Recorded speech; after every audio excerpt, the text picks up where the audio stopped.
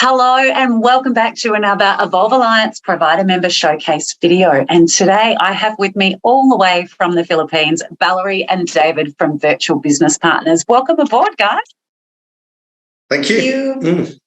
Now, for those of you who aren't familiar with VBP, I guess it's the best way to describe you. You are an outsourced staff provider based in the Philippines for focusing on financial services businesses. But you are actually an Australian company. Is that right? Yep, that's look, we run an Australian operation. We actually have a team of 12 people in Australia who provide subject matter expertise and support, etc. For our team in the Philippines, who are the back office providers, of support, etc. And as you said, we're a specialist, not a generalist, so we specialise in financial services. So we have a team of approximately 1,200 people up here in the Philippines. Wow! And you've been going for how long? This is our 10th year. Yeah, so we did a pilot program in 2013, and with the idea that what we understood with financial service businesses is, they're clients, not customers, and it's an ongoing relationship. And we looked at that and said there was a few people that were, doing various things like SMSF outsourcing or paraplanning on a price per plan. But we help you build a global team is sort of what we say. So, they're dedicated resources that work with your, team in Australia or people, our clients' team in Australia, on an ongoing basis. So, that was the model. That was what we were trying to sort of understand. Could we do that? Could we do it, at some form of scale? Could we handle all the things like security and different other things, and so happy to say we sort of started out with a couple of people and now, a team of over 1,200. That's a great success story. And I know we can see some of them working in the background behind you there. You've got a nice soundproofed boardroom there. So we are going to get into some detail around that whole security and privacy measures. But Val, what I love about VBP, and I was very fortunate enough to actually come up to the Philippines and meet you in person and see the operation in real life and in real time. So I'm thrilled to have you on board as a provider member. But this is a really critical need for so many advice firms because we know the cost of driving business in Australia has increased, particularly in financial services. So, Val, it's a really important thing, particularly for financial advice firms, is this concept of outsourcing. And so many more people are starting to do it now because we know the cost of running business is increasing, particularly in financial advice. So I think there's a little bit of a misunderstanding for some people about how you might do outsourcing. So what are the roles that VBP staff can play in an advice firm? So some of the roles that we actually have here are more of admin roles. So when we say admin roles, be it someone supporting a financial planner, so we call them financial planning assistants, or someone supporting a mortgage broker, where we call them mortgage broking assistants, or bookkeeping assistants in general. But as we grow inside VBP, we have become more open to actually getting to understand what type of admin support would you require inside your own business. So how we do it is we have this consult meeting with you for us to better understand what is it that you're looking for as a support. So excellent. So it's not just an off-the-shelf, you tell people these are the only things our staff can do. You can actually create bespoke roles to solve the needs of the individual firm? Yep. Yeah, look, we talk about horizontal versus a vertical. So our horizontals is expanding the types of things. So, paraplanning, we have dedicated paraplanners. I think we have well over 300 now working for various firms, etc. And, again, different levels of depth, but a senior paraplanner would be doing everything that a senior paraplanner in Australia would do. An initial paraplanner, we have to train those people, develop them. So when we work across a horizontal, whether it be as Val said, financial planning assistant or MBA mortgage broking, we build out specialist trainings, specialist sort of, development work. We have about 15 people in our training team that's supporting those people. But of course, then we also, part of that process is working with the client to understand, well, specific things, challenges, issues, those sorts of things, and then sort of tailoring those sorts of things. So it's, merging, those two things together, I suppose, is how we do it. But then we go, we might have some niche roles that a little bit bespoke, etc., but fit within the realms of sort of what we would do in financial services. And so, we work with some, product manufacturers, some of the IT, companies. We work with some investment, manager, we provide some other, licensee services, so some of these sorts of things are what I'd call the vertical. Now, we don't put the depth of training programs and other support there, but we do still have a methodology of how we capture and work with those, people and make sure that they, can get those, those tasks sort of completed. So, essentially we're able to, if it's a task that is a repeatable task, and it's something that we it can be taught, then it's something that we can do. Now, if someone comes to us and says, hey, look, we want this assistant to do web coding, right? We go, well, that's a skill set that isn't easily transferable. You can't expect, but could we go and recruit someone potentially with that skill, etc.? Yes, but that's a sort of, that's the sort of where we go general sort of functions like managing social media or doing some general marketing or sort of, those sorts of things. We go, okay, they're teachable skills, not a problem. Right. That's how it sort of works. And I think that, works quite well. The areas that we don't do is, we're not a call center. We don't do outbound. I don't think that, that's that. Look, rarely do we get asked that, but every now and then we get some firms that want us to do some of that type of work. We go, look, it's not in our realm. It's not what we do.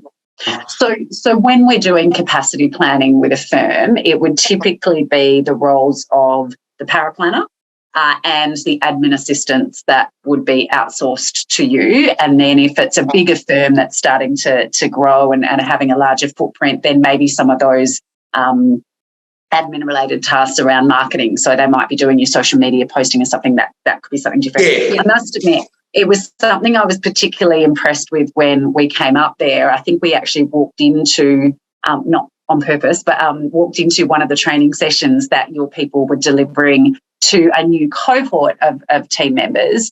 And it really struck me when I started looking at the course content that you take them through. It's quite likely that some of the team members from VBP starting a new admin role for an Australian advice firm could well be more qualified and more trained than somebody that a firm might employ directly here from Australia. Would you see that a bit, Val? Yeah, actually coming from a background where I started as a frontline team member and admin support, I went through those that type of training where you actually went into. So yes, that I feel like the knowledge that was passed on to me when I was a trainee back then was very well utilized when I was allocated to my client already, because it helped me get past that stage where there will always be instances where I don't understand things, but at least the general and the foundation is already there. Yeah. What is superannuation? What is an application? Those things you actually learned before you started working with your employer. Exactly. Because to be honest with you, Sue, here in the Philippines, you don't actually have that term superannuation. Exactly. Yeah. So I kind of remember back then in my exams pre-entering VBP, we had this audio recording. We had to transcribe what we understood. So I knew I heard superannuation, but I didn't understand what it was. But with the help of training, it gave me an understanding. Okay, this is what it's called in Australia, but this is something we have in the Philippines. Yes. Okay, that's great. So it really, I think. Sorry, Dave. Go. I was just going to say what Val's touched on there is also just, our recruitment process means that, we have we work pretty hard at, trying to get the best talent that we can. And, we go through a process and, one of those things that we do is they have to do both written and oral English tests. So they have to listen to a Australian accent and be able to sort of transcribe that and get a certain score. They have to be able to, do some basic writing, So amongst other things, like they're, degree qualified are the sort of people that we're targeting. May not necessarily be in a, financial sort of side of things, although we do have many of our people are accountants that do the paraplanning, etc. But, we sort of screen through that. Probably the other thing I was going to say for Val to touch on is not only classroom training, but maybe just explain what the Forge is. So the Forge is a department that we have where post training, and once they're allocated to a client, they don't go out yet to the actual operations team. So we put them in a group where they are, we would say, very much handheld, not just a team member, but also the client, because it's during the early stages of the relationship that hiccups happen, be it something where they would encounter cultural nuances or technical or knowledge gaps. So it is during the Forge stage that we help address those for them to be prepared to be sent out to our operations or the main operations area, where we would say relationship there between the client and the team member is smooth sailing. Great. So they're already working for the financial planning firm when they go into Forge, but they've got more support alongside them. Is that right? Yeah, there's a higher ratio of what we call subject matter experts supporting those sort of team managers, working both with the client, and then typically, it's probably around about 3 month mark. That again with the client agreeing that we go, right, we feel like this, at a certain level of development, then they'll move out more into what we call their sort of more permanent team.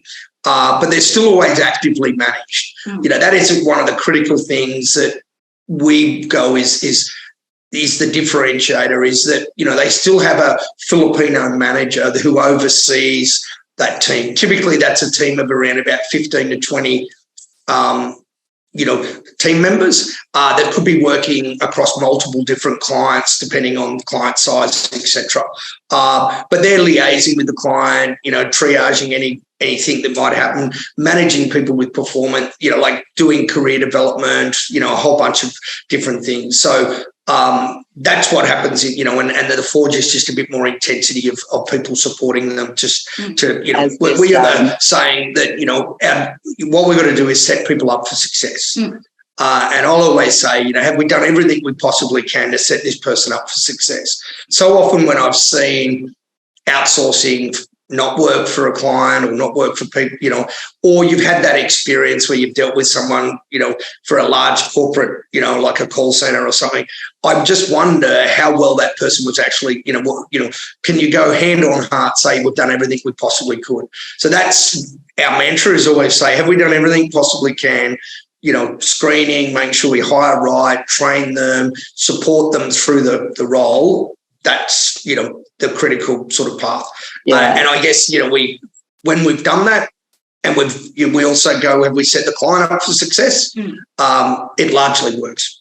And I think that it really is evident with that 10 years of experience you've learnt with Australian financial advice firms over time. I'm sure what you do today is probably very different to what you did in even year 3 when you started. So it's fantastic that firms, I think, can get the benefit from that knowledge and experience. And you've obviously now got the scale. I mean, most financial planning firms couldn't create the sort of training that you're able to put your people through. So having that scale is a real benefit in, and I guess, choosing a partner to work with. Now, what I might do, because I want to drill into a little bit more detail on some of these areas, but what I might do before we do that, we always do this in our showcase videos. It's one thing to listen to the founders or to the owners of the businesses, but it's always important to listen to one of your clients and get it straight from the horse's mouth. So we are going to play now a testimonial or a discussion with one of your clients that have been working with you for a little while. So let's just hit play on that.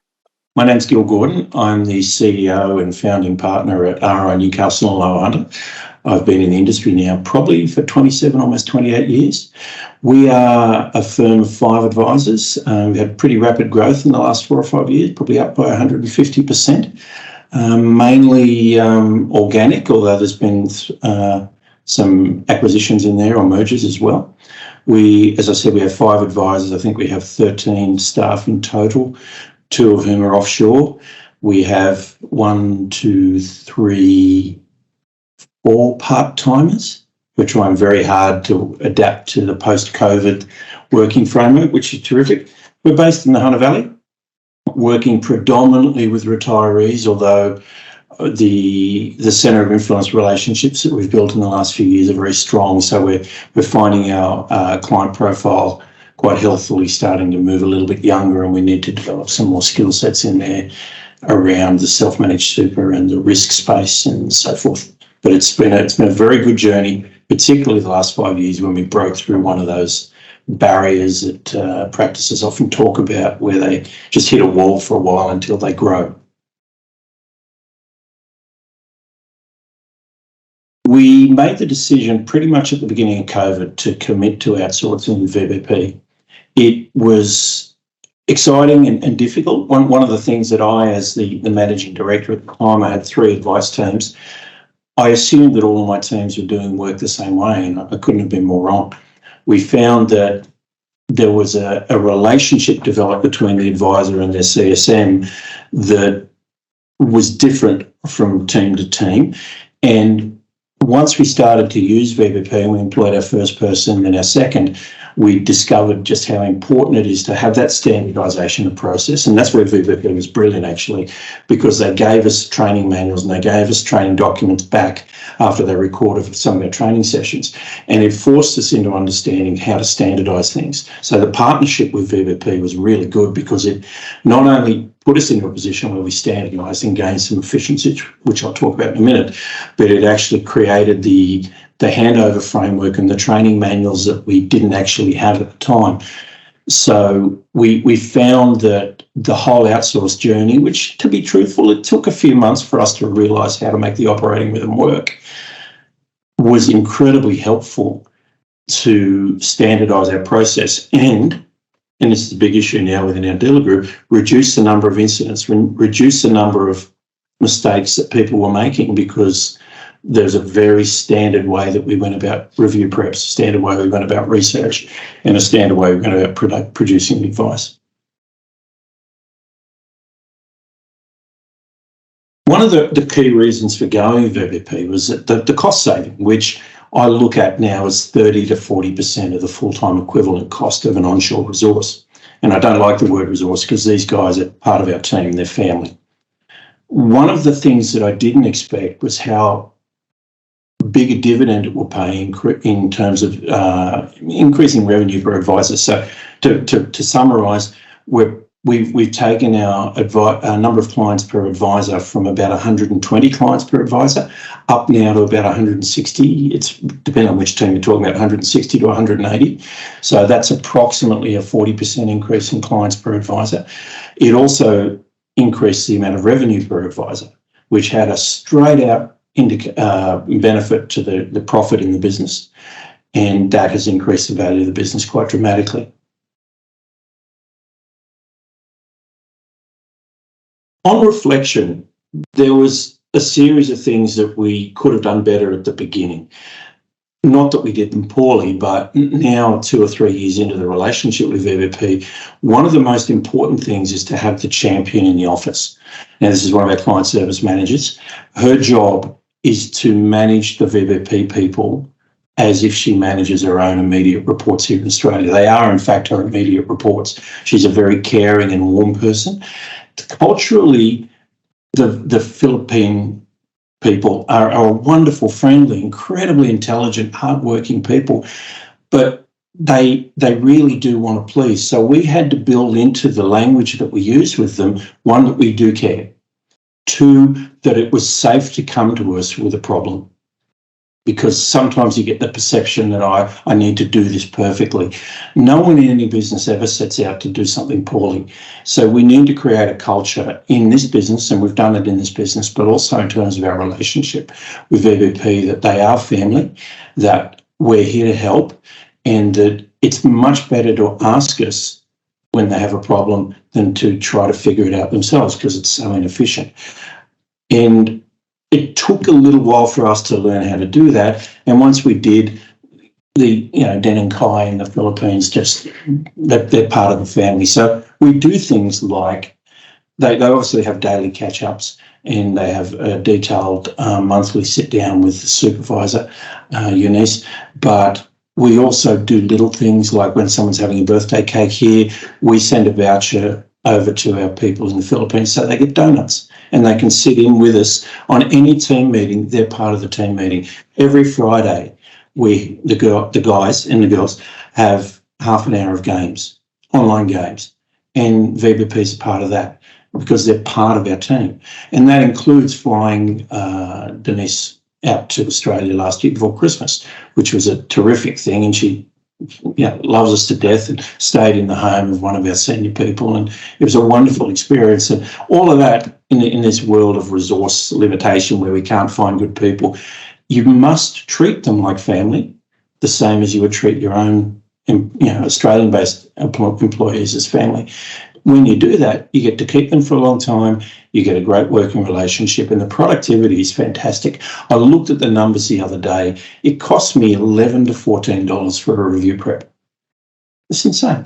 $11 to $14. Cost me approximately $10 to $12 to get a switch or a rebalance ROA done after a review meeting. You just cannot do that in Australia.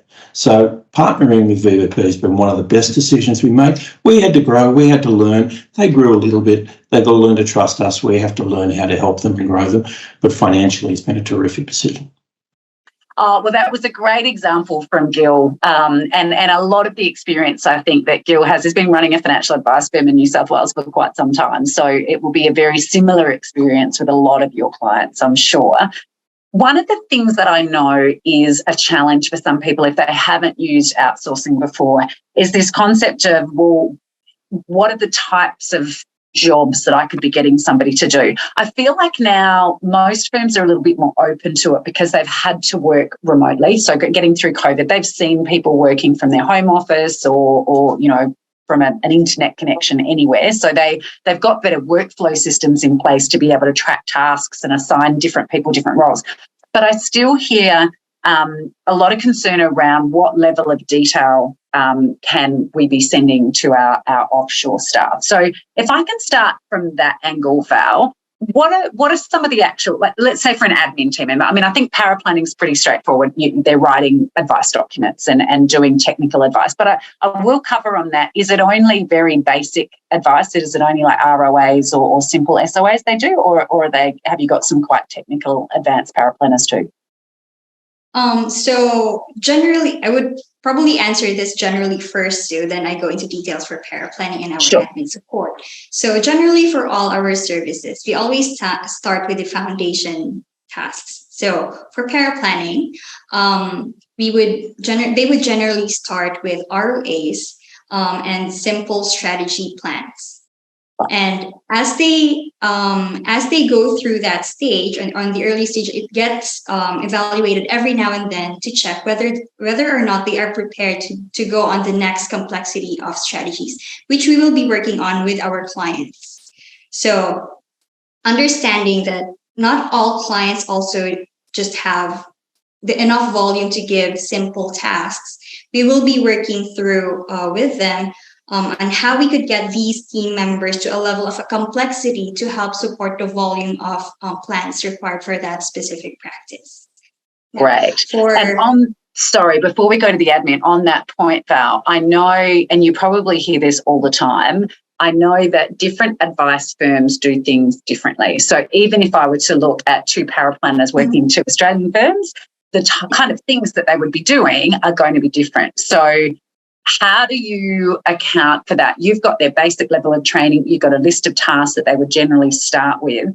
But once one of your team members starts working with a firm, it's basically how the firm wants to run. Am I right in saying that?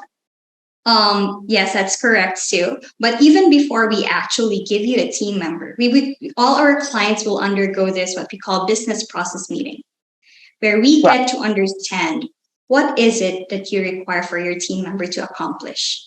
Giving, understanding that they have already the foundation, the basics, which everyone knows, but understanding that not businesses are the same, but not. So tell us how you're different from the rest. So this is where we get into detail as to what, for this strategy, what is required, where will this team member get this information? What is the workflow for this? So we get all those information first, even before we actually give you a team member. We have to get an understanding as to how the process works first, so we would be able to support you and your team member when we start live. And how often do you find that they don't have that process documented? It's in the heads of the current paraplanners. All the time. All the time. Yeah. Because majority of the time they know they need the help. Then when we say, okay, we'll do the scoping of the process. During the actual scoping, it's the only time that they'd be like, oh, we don't have it documented. It's, let me call someone. Yeah. And so, and that's typical journey of an advice firm, right? It all depends on where they are. We go, it'd be foolish when you're a sort of, one or two planner firm with a couple of staff to be spending all the time and energy, putting in, what actually happens in reality is, people learn that through osmosis. Being in the office, they just pick that up, things that develop. There's a lot of assumed knowledge when we start to sit down. And that was one of our big challenges, right? So we go, well, okay, we've got to be able to work with this. We understand that we're not going to have great systems. A lot of our team members come out of working in large institutions, like companies like Amazon's or, Accenture's or other, so, they come from a world where, process documentation, process improvement, these sorts of things is quite different to maybe what, a small practice. So what we do and, what Val sort of touched on is, we have we call it the process excellent team. So they're people that are document writers, that are process people that sit in on those initial meetings and then will help us document.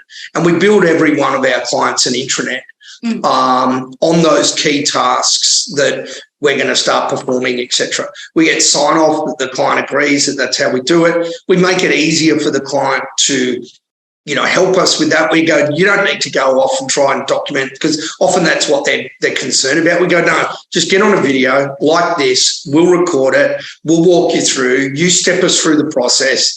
We'll challenge you if there's, you're making assumptions on areas where we go, well, hang on a sec, where do, what do we need to do so that we can get granular? And then, we get sign off so that we set that, again, it's back to that mantra.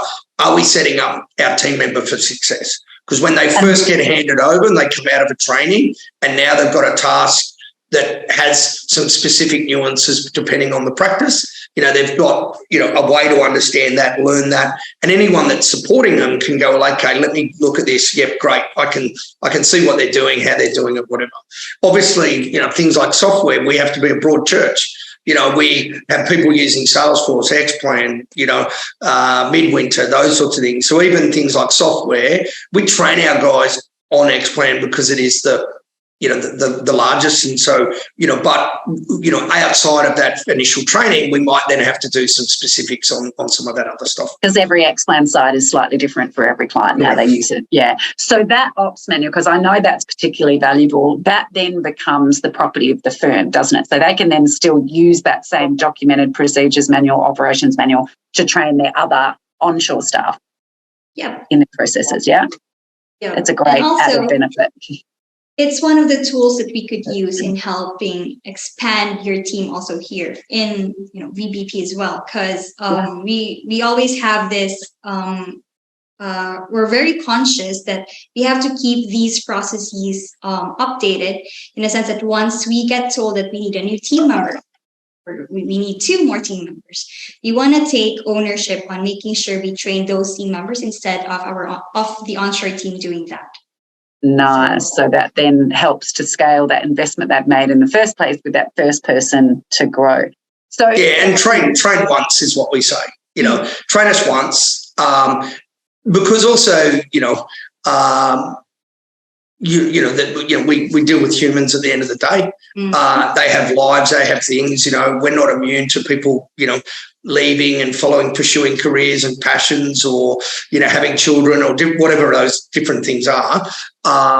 So we know that we're going to have we're going to have some turnover over time, and but we want to be able to say, look, when that happens, we've got a process and skills, and we've got documentation to make it far easier. I'd like to say it's just absolutely seamless. One person leaves, another, but when you had a tenured person and then you get new, there's always going to be a little bit of that. But a bit of challenge. We are always going to work, closely with the firm to sort of keep that as easy as possible. Yeah. And look, it's the same experience that they would have with their Australian-based staff anyway. I guess you guys can support them in helping that person. While we're on that, Dave, what is your attrition rate? What's your turnover? Is it the sort of, and forgive me because this might come across terribly, but in the Philippines, is it different to Australia? Is it do people change jobs pretty quickly? Is it quite a transient workforce? What's your experience? It's probably not. It's not different. It's probably just different as far as we deal with millennials, and Gen Zs. I think is the so our average age. So what's the average age? Oh, very good. Around about 27, 28. Okay. So we have a lot of graduates. We balance the graduates with experienced people, and so but graduates easy to teach and learn, etc., but maybe don't have some experience. But all of them are sort of, like there's full employment for the people we hire, so they can walk out of a job with us and into a job tomorrow. There's a lot of demand, those sorts of things. A lot of them want to try to experience working overseas or doing other things, etc. So, but I think, for the type of work we're doing, it's probably, the very, very similar challenges that people have back in Australia. Our turnover sits at our retention, we sit at 17% per annum as turnover. We've got a goal to get that down to 15. And how does that compare to? I mean, are there stats on other outsourcing providers? Look, again, other outsourcers. Our understanding is the industry is more like 30 to 40%.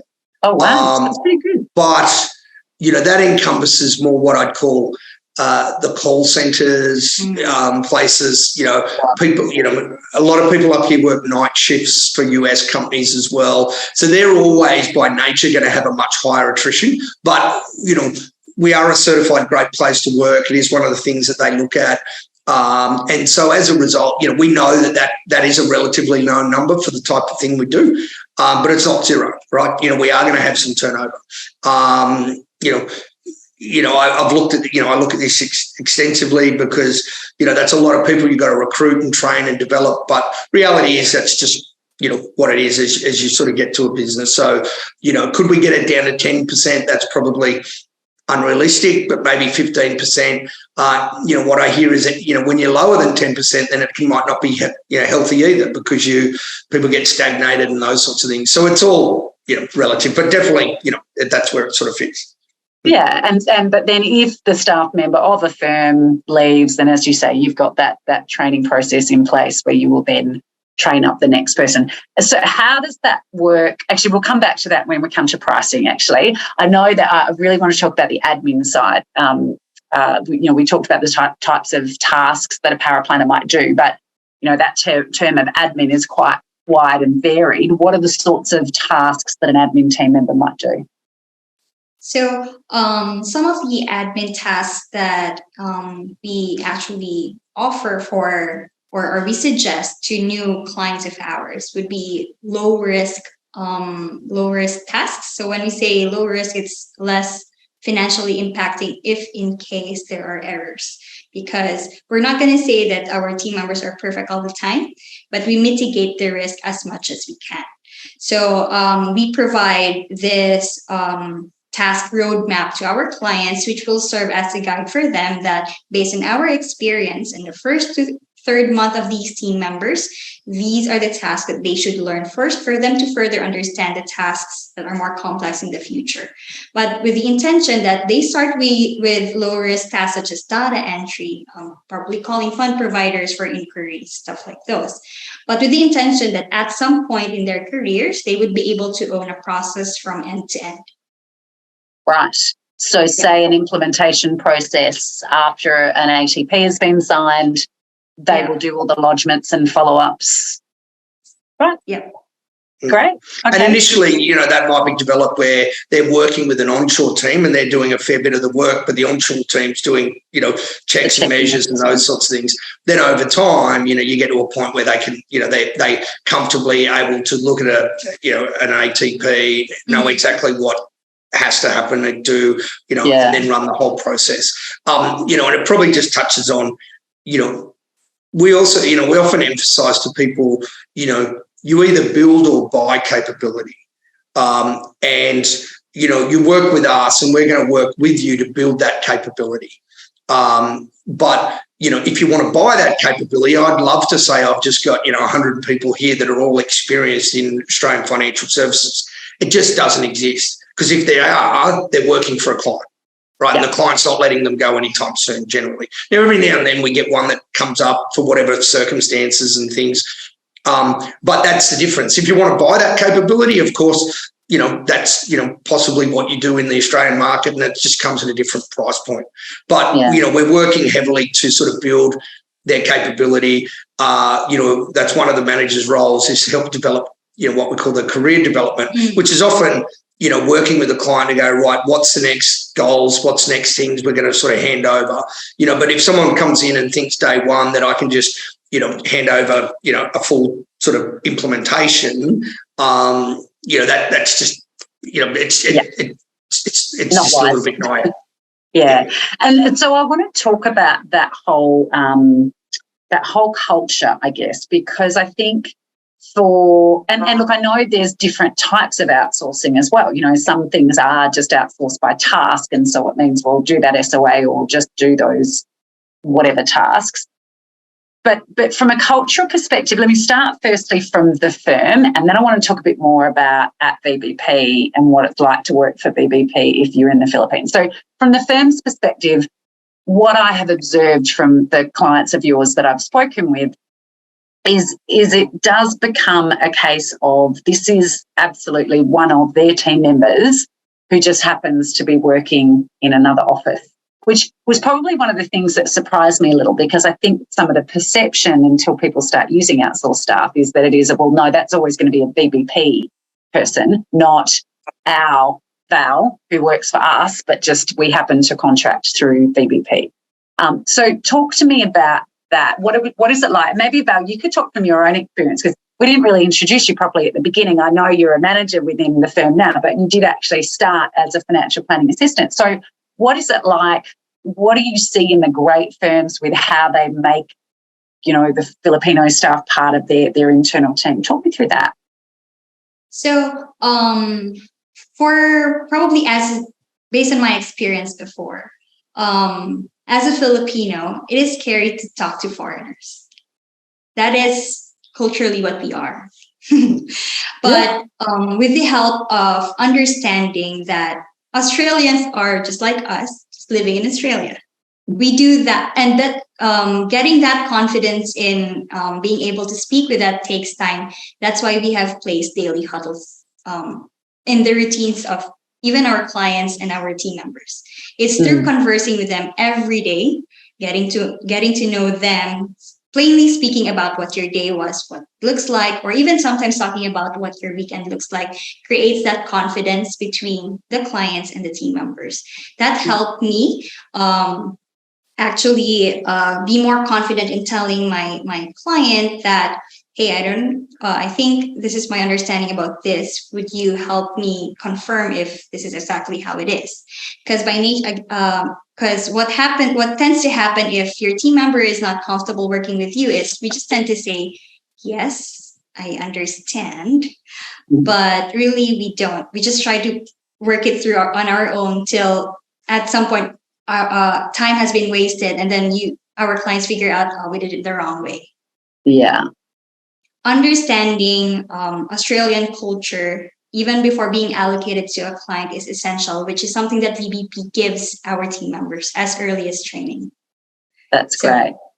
As well as having that one-on-ones with the managers, and then relaying the status of the well-being of their team members towards the client is something also very, very helpful for our team members, because that's how some of our team members feel that they could connect and help their clients understand what they're going through without necessarily being too direct with, some things are not too comfortable being spoken about to your client, right? So that's why we have placed our managers who would help address those, whatever things that your team members is going through, be it something that's just a cultural nuance or not.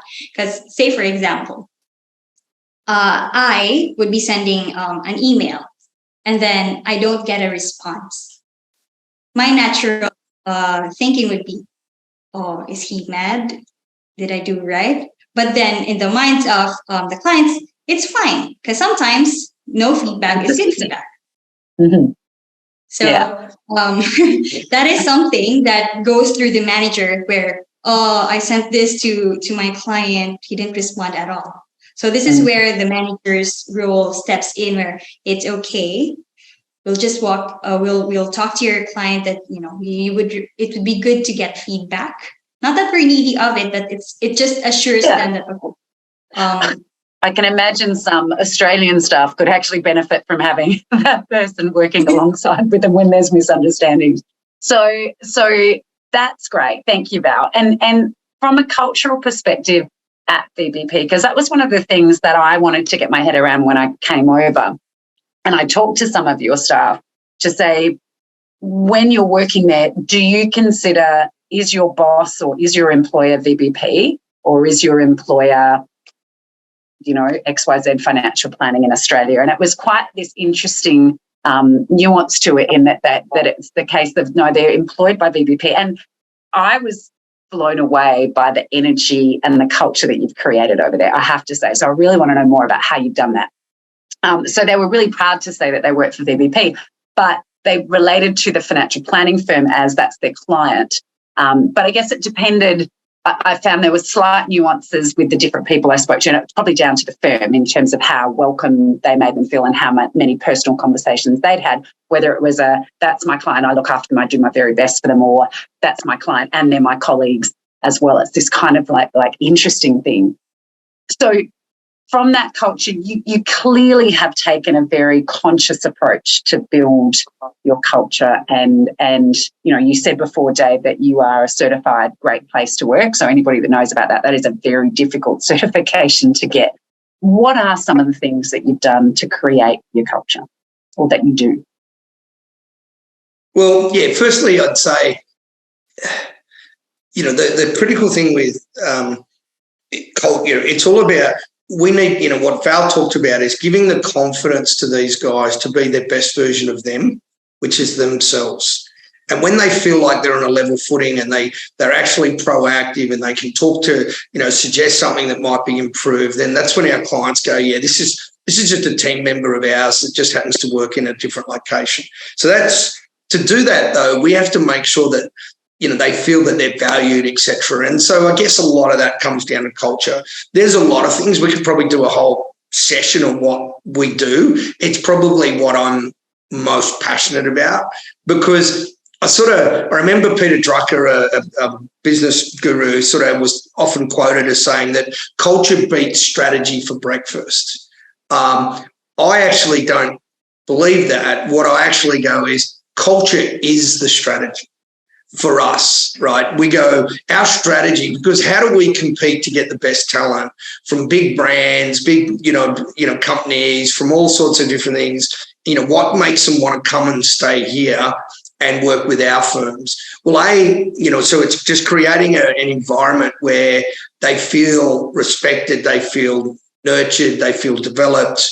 It has some fun, it has the energy.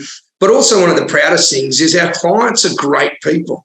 It largely, we time and time again, I have our team members, go, I love my client, I'm so, and I go, yeah, they're all, we're good, professional, we care about, and when they connect and they get that sort of understanding that's, if they bring that, when we have people come up to the Philippines, we run a conference once a year, we have clients come up, or they send a team member down to Australia, they get so much of a connection, and the clients get a lot of value, from working with the Filipinos and vice versa. But, that's one of the things I'm really proud of Australian culture-wise is that we are really good. We're respectful. And so we've just taken that and leveraged it, I suppose. Yeah. When you talk about specifics, though, it's, we do lots of team buildings, activities. We run a big awards night once a year. Even this new office that we have is more cafe style. It's casual. We don't put people in cubicles.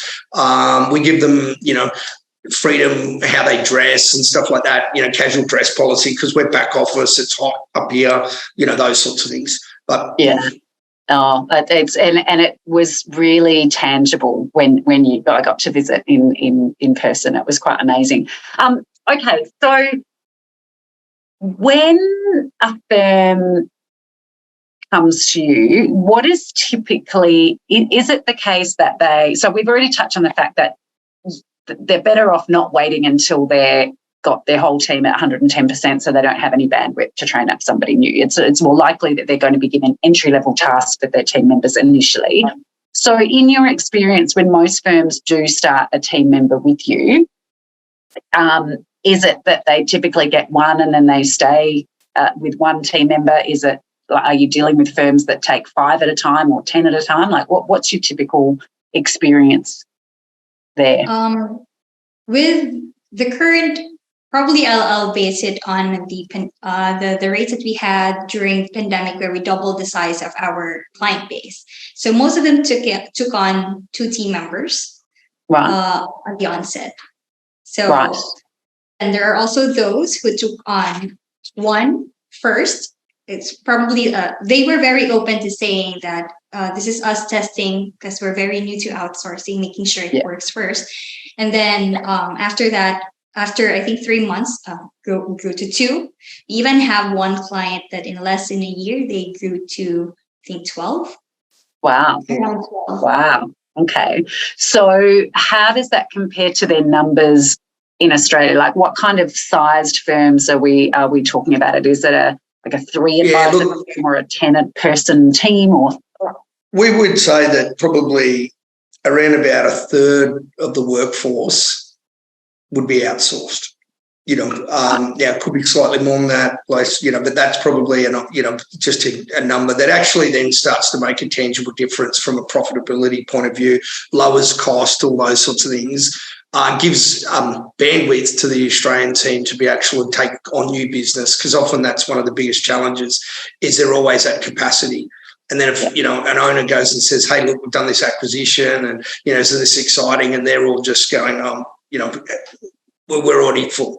And then we might just put that one more team member on and then they're at full capacity straight away. So building in some of that type of thing. So, now when I say that, if you've got a firm that's got, 5 or 6 admin people, a couple of paraplanners, 2 or 3 advisors, it would include, advisor principals, etc. So then we're sort of saying that, a team of 10 would probably have 3 or 4 people with us on typically sort of, taking off lots of the admin and paraplanning tasks or whatever those might be. I can confirm absolutely from our clients that we coach. It's not unusual that they start a little bit apprehensive and as you said, they'll test the waters. Let's try 1 or 2 team members, but it's happened time and again where once their Australian team understands what's possible and what can be done, it does actually, from a growth perspective, what we observe in principals is it does quite often open up their mind to saying, well, actually, we thought we could only achieve this level of growth, but now, and what I love, because it's something I'm very passionate about, we know that there's not enough advisors to cater for demand in Australia. What we've seen is already we're starting to see firms that might have initially thought, look, each of our advisors can only handle, say, 100 clients, and then through building out their teams going, well, actually, no, we can reallocate the roles and the engagement that the clients have with the firm, so therefore each advisor now can probably handle 120 or 130. And then they can do those greater acquisitions. They can bring on those organic leads that they're getting so many of, and the firm grows out quite quickly. So it is a particularly good, I see it really as a growth strategy as well as a cost mitigation strategy and keeping the cost of advice down. It's really effective. Yeah, absolutely. Absolutely. Look, our bigger firms, that's exactly how they'll do it. And then they can plug and play capacity. If they're doing an acquisition, they've got a whole bunch. They might be transferring to new platform. They might be needing to do a whole ROA. If they've gone self-license or change licensees, it could be a whole more volume of work. They might access some of our what we call our project team that might be on a shorter secondment. So they might have dedicated, and we can add a few more resources, and then they can scale back down. Those sorts of things as businesses scale.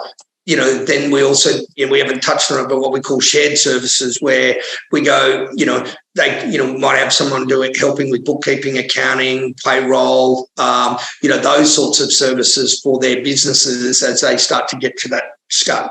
So, not only are they then doing the front end client work, but we've got people starting to sort of provide support to the business, the operational side of business. That's great. So, talking of cost, how do you charge? How does it work? Typically what we look at is, again, we've got, look at all our inputs and output costs and those different things to deliver. But it's normally about what I'd say is 35% of what it's going to cost someone to hire a person in Australia for that equivalent type role. When you look at salary, super, workers' comps, all those, your on costs, etc. Val, you probably have more of an indication of actual dollar numbers. Yep. So for our admin services, be it FPA or financial planning assistance, mortgage broking, and bookkeeping assistance, we have it at 2,800 plus GST monthly. Yeah. And for our paraplanners, we have that at 4,000, 80 plus GST still. And on as what Dave said, on very rare occasions when we do have experienced paraplanners available, we have them at 4,300 plus GST. And on more extremely rare occasions on the admin side, we have those experienced team members at 3,000 plus GST. And the variance in cost is often that, that's passed on as salary to those, to those team members. They're on a higher amount because, they're higher valued, higher worth, those sorts of things.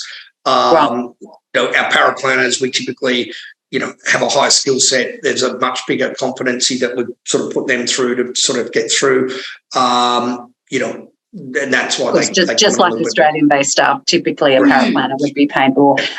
So for that includes the management that you were talking about and the extra support. Yeah, so there's there's no additional on cost. The only additional cost would be access to software. And look, general software like, Word or Office, like all of that sort of stuff, is included, but, it might be like an X-Plan login. X-Plan, that sort of thing.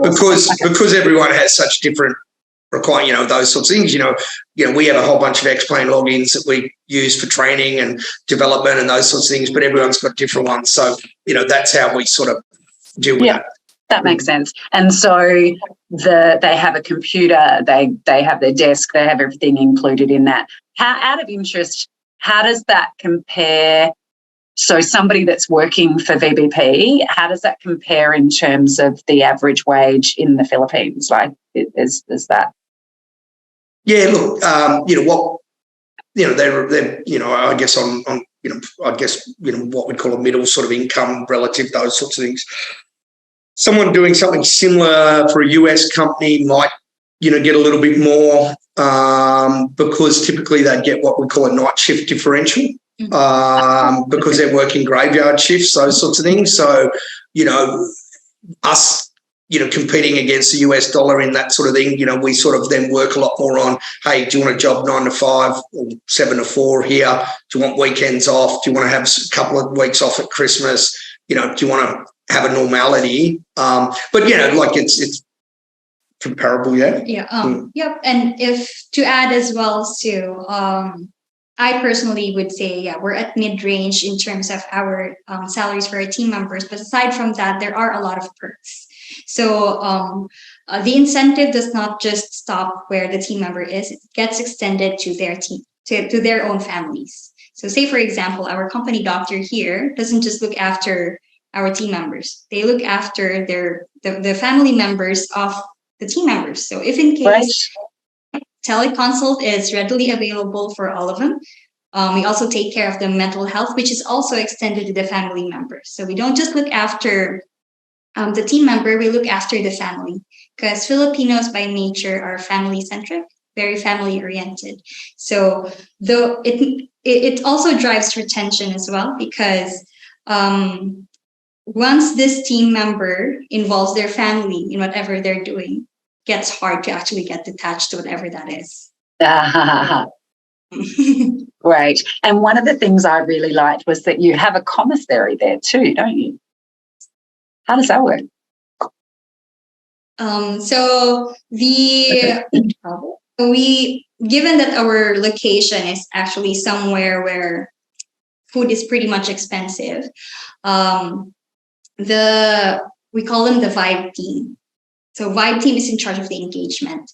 So this commissary is exclusive for our VBP team members. So they could have their lunch there or grab their lunch at an affordable price. Yeah, so we use a third party. We don't charge them rent. We don't charge them electricity.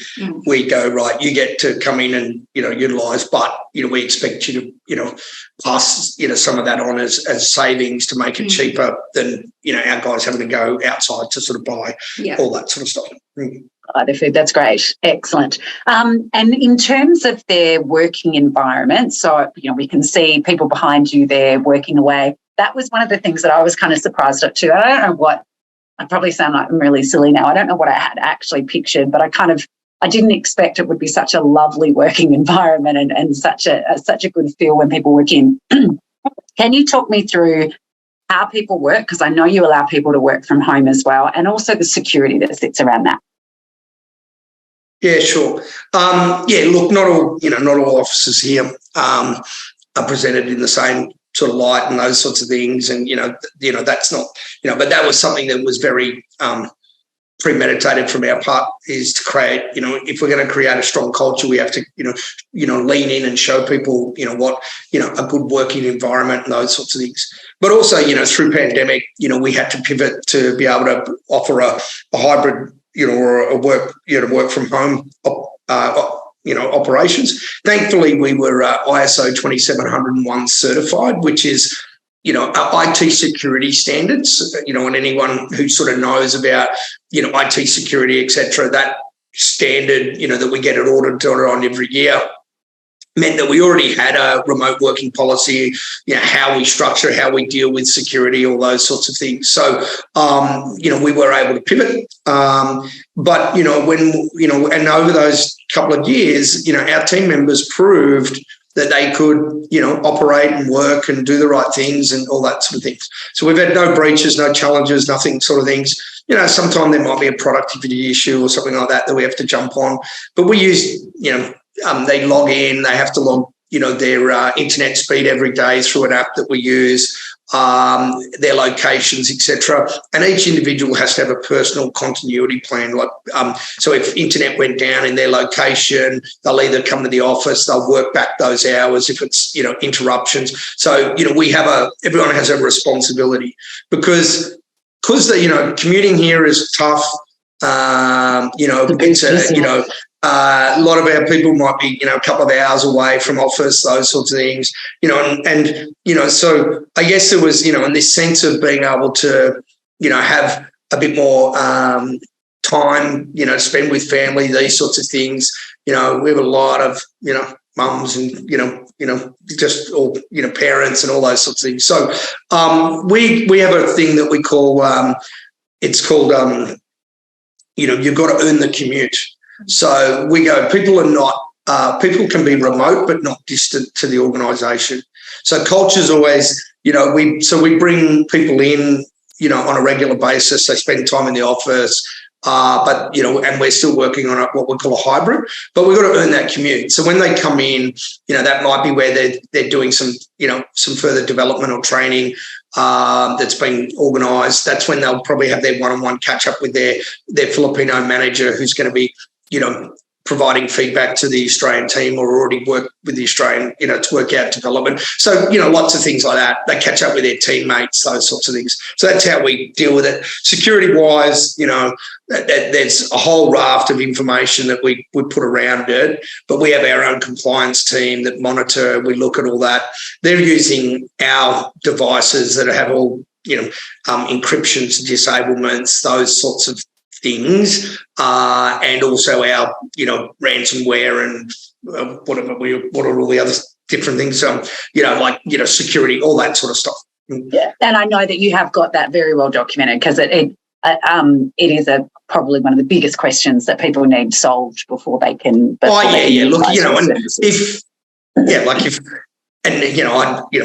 we only deal with financial services businesses. We knew from the very start that we're dealing with people's private and sensitive information. And the last thing I ever wanted was an advisor having to sit across the table from a client to say, hey, look, your information's been compromised.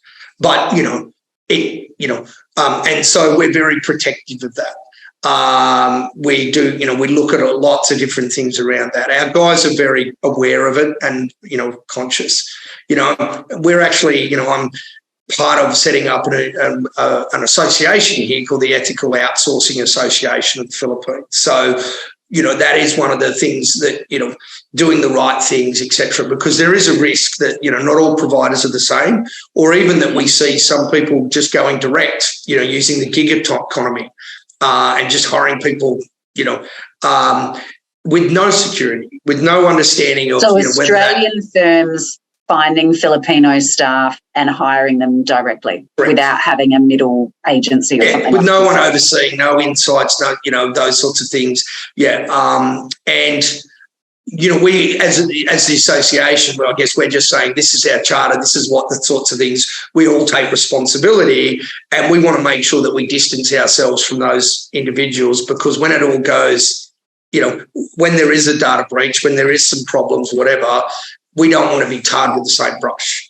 Yes. And, we know of this sort of stuff, and, and we go, they're not, the problem is those people aren't even then, employed correctly. They're not part of the system. Our guys, we contribute tax. If ever this country is going to evolve and develop, they need some infrastructure. They don't always use the tax well, and there's a lot of corruption and things. But, healthcare, you get a young person and you offer them, a few extra dollars to go direct, but you don't care, because you can't put a structure, it's actually, and doesn't matter what contractual agreement you might have, if you're not in a company in Australia, you have no rights to pursue anyone if you're not a registered company in the Philippines, no matter what contractual thing you might have, you have virtually no rights in the Philippines to pursue someone through the courts. So it's a complete, and, to be honest, I scratch my head that any financial service businesses would consider that if their PI cover even, knew of it, and sometimes, there's licensees that I go, you need to be asking the right questions, etc. Anyway, that's my soapbox on it. Yeah, no, I like that. It is my concern on, because we just don't want to get tarred, because we do everything that we can possibly do to mitigate any risks, And you can do that now because you have scale. Correct. Trying to hire even a dozen staff members directly and not going to get that. Okay, I've got two last questions because I know we've had so much to talk about here because I know there's so many questions people want to explore. Two last questions for you. One is a little bit out of left field. So, and please forgive me if this sounds offensive. I know a lot of people initially look and say, what's my low-value task? If there's stupid tasks that just have to be done because of the silly compliance environment, repeatable tasks that are time-consuming, and it's just one of those things that have to be done by a human, well, we can outsource that and it's going to be cheaper to do it. But it does occur to me that as the development of AI continues to grow and as there are more efficient uses of technology that firms can do, is that actually going to replace some of the things that we might otherwise send to an outsourced team member? I'm sure you probably already thought about this, Dave, but is that something you have looked at, and how could you leverage that, I guess? or do you leverage that in some way? Yeah, look, at the end of the day, our value proposition is help businesses, advise businesses to power up and run a better business, operational efficiencies, those sorts of things. It'd be naive of us to think that, outsourcing's, the only solution. And so, we are heavily sort of investing into, we call it intelligent automation, which is actually a combination of something called RPA and AI. So I know that AI with ChatGPT and all that is very much the flavour of the month, and I can't open my inbox without being invited to a webinar, a seminar, or something, etc. Yeah. How that plays out, but it's still being worked on. But even if you didn't do anything in AI, you're going to get access to a lot of it just through the big providers like the Googles, the Microsofts, they're spending, the billions to sort of develop and keep their platforms, et cetera, through that. But RPA is robotic process automation. And that is, building sort of bots, et cetera, that do what humans can do, multiple systems of that. And a lot of the processes that we look at within financial services currently, it's a combination of RPA and potentially then looking at what the AI functions, et cetera, can do. So, what we're doing is sort of looking and going, well, if we're able to work with a firm, maybe influence a little bit about some of their processes and say, well, look, if you're prepared to make some adjustments and do things here, there's, 6 or 8 places within the advice value sort of proposition area where we can place automation. And we can have something, and that, there's all sorts of varieties on that. So we would like to eventually then be in a situation where we have like an app store, and people can sort of plug and play that, and we can then fractionalise the cost, because even if you're going to a provider today to develop it all, a lot of it is building the process, the business process, to be able to then work out what you document, what you process, etc. But yeah, that's a space that we're working on, and eventually we'll see that people might reduce some of their team members because they can bring in some automations. And how that would sort of, when sort of, software as a service, as an automation, they might still but they'll pay a fraction of the fee that they might pay for outsourcing. That's great to hear, Dave, because I know that so many firms are wanting to access process automation and they're wanting to improve their systems. They don't necessarily have the bandwidth or the skill set in-house to be able to do that. So the fact that you're starting to look at that is outstanding, and I'm sure we will follow that very closely and bring more news to that as it comes to light. So for now, anybody that has listened to all of this, if they're still listening, I'm sure they're going, awesome, you've made up my mind, we're going to do this. How do we actually reach out? How does a firm, reach out to you? We're obviously going to have links in the show notes here, but what happens when they reach out and say, okay, we'd like to do this with you? Yeah, so Val, you're probably best, because Val's role, she used to be run that, I suppose, take all the sales inquiries, etc. She now is strategic relationship management, working with some of our bigger firms, but, she's got, she knows the process. So. All right, cool. So either they actually go through our website at virtualbusinesspartners.com.au, then hit on Get Started. They would actually be able to book in a time there with the available slots. And assuming that they have secured a slot there, one of our team members now, who is the Business Development Associate, Sarah Almeida, will actually do an introductory call with them. So basically a compressed version, or a probably more in-depth version of what we actually shared today would be discussed with them.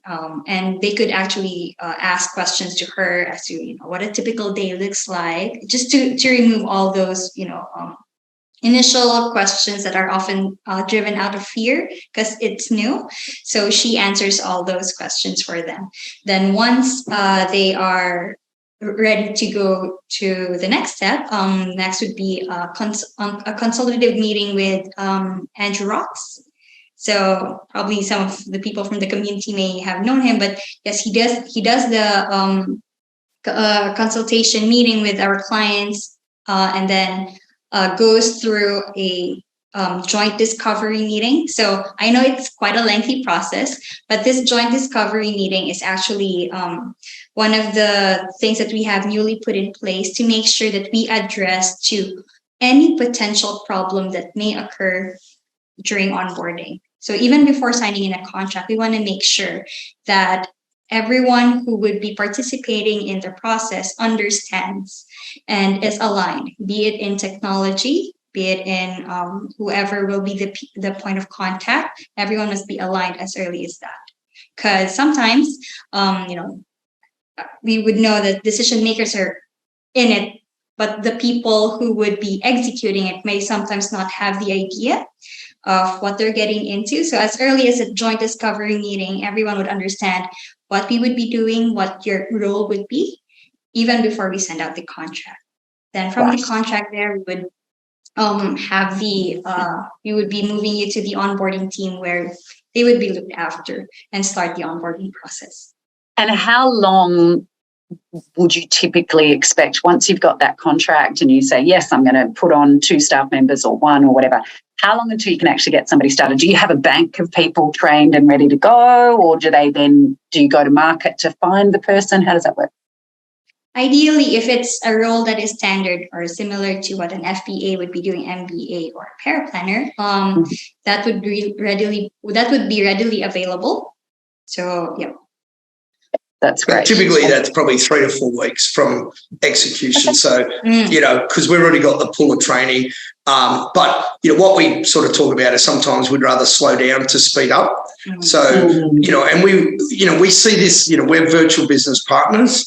Whilst I don't really like the word virtual, it's never sat well with me. It was the name we came up with because what I recognise is these people aren't, virtual. Whilst we might be, they're real, they're actual, people and things. But the idea that we're partners, we see that it's a long-term partnership. If we get this right with the firm, right? Many of our firms have been with us the whole journey. So we'd rather make sure that we have everyone on board, everyone understand, answer all those questions. No question that a firm's thinking or asking today we haven't probably had, and we'd rather just make sure everyone feels comfortable, because once we start, then it is going to probably, then it is quite fast, and we want, because we're going to, and the only thing that slows down that process often is the firm themselves. Because, whilst there's a bunch of stuff we've already done, the heavy lifting, training, some of the things, there's still a stuff that we've got to get and support and do, etc. And everyone's still got their day job to do. So, but, we've got a whole process for that. So back to my comment earlier around don't wait until all of your staff are 110% utilised and they don't have any clear air at all. Get the people on board whilst you've still got a little bit of capacity to at least train them and onboard them and make it work. Fantastic. Look, hey, thank you so much for your time, both of you. As we leave, do you have one overarching tip that you would give people that are considering outsourcing? The simplest thing is that just, remember people are people wherever they are in the world. Yep. Everyone, no one's ever, got frustrated or upset about getting a little bit of praise. So just remember to check in and give praise and feedback, and just treat them like any team member. They just happen, we help you build a global team. So they just happen to just work in a different country. But, you treat, you get what you give. And if you treat them well and engage them, etc., you'll get back so much. Yes, absolutely. Oh, well, look, that's great. Thank you so much for your time. I look forward to continuing to support VBP, because I know that you already support quite a lot of our clients, and it's a really great experience. So lovely to have you on board. Great. Thank you. Thank you.